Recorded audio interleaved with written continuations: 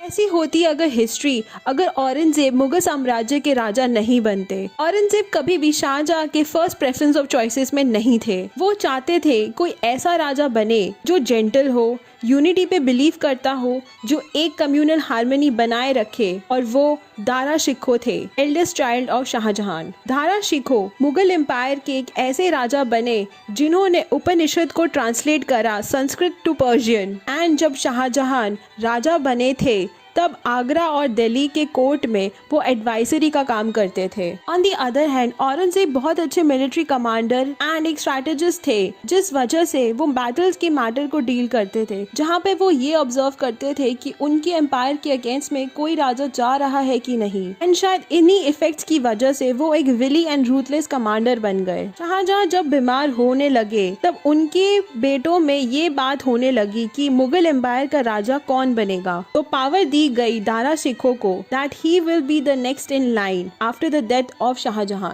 जो कि सब अकॉर्डिंगली हो रहा था। बट ये सब चेंज हो गया and tragedy hits. Shahjahan all of a sudden बीमार हो गए एंड औरंगजेब को एक मौका दिखा and he started claim for his another brother to become a king, but this was all his plan.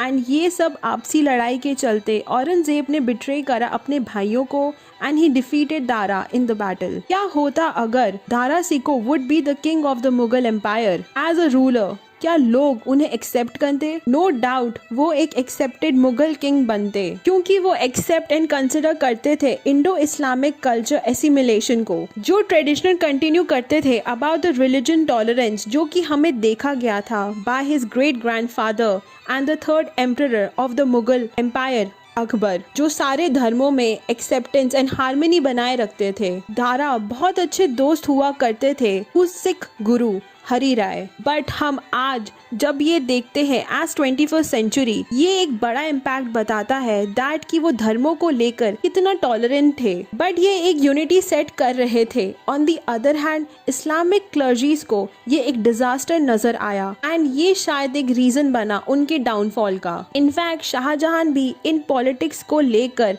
वो एक रिलीजियस यूनिटी फॉर्म नहीं कर पाए जिस तरह से अकबर ने फॉर्म किया था, because he ignored all the religious politics and form किया हिंदू मुस्लिम यूनिटी को और लोगों के कल्चर एंड ट्रेडिशन को एक्सेप्ट किया, एंड इस वजह से वो एक पॉपुलर एंड पावरफुल राजा बने। क्या दारा इतने स्ट्रॉन्ग इनफ थे to succeed the Mughal throne without the support of the political and powerful influence of the religious leader? क्या हिंदू सब्जेक्ट उन्हें सपोर्ट करते ये ऑर्थोडॉक्स बैकलैश से? जितनी भी हिस्ट्री रिसर्च हुई है उस according yes, Dara Shikoh would be easily restrain to the power. अगर मुगल एम्पायर में रिफॉर्म्स हुए फाइनेंस में और उन्हें सपोर्ट मिला दूसरे डायनेस्टी से जैसे राजपूत एंड मराठास, तो इस पॉपुलर सपोर्ट के साथ वो एक न्यू इंडियन सबकॉन्टिनेंट बना पाते। But although he died when Aurangzeb ने उन्हें डिफीट करा था बैटल में, his head was cut off and nobody finds his remains. But माना ये जा रहा है कि उन्हें शायद हुमायूं टॉम में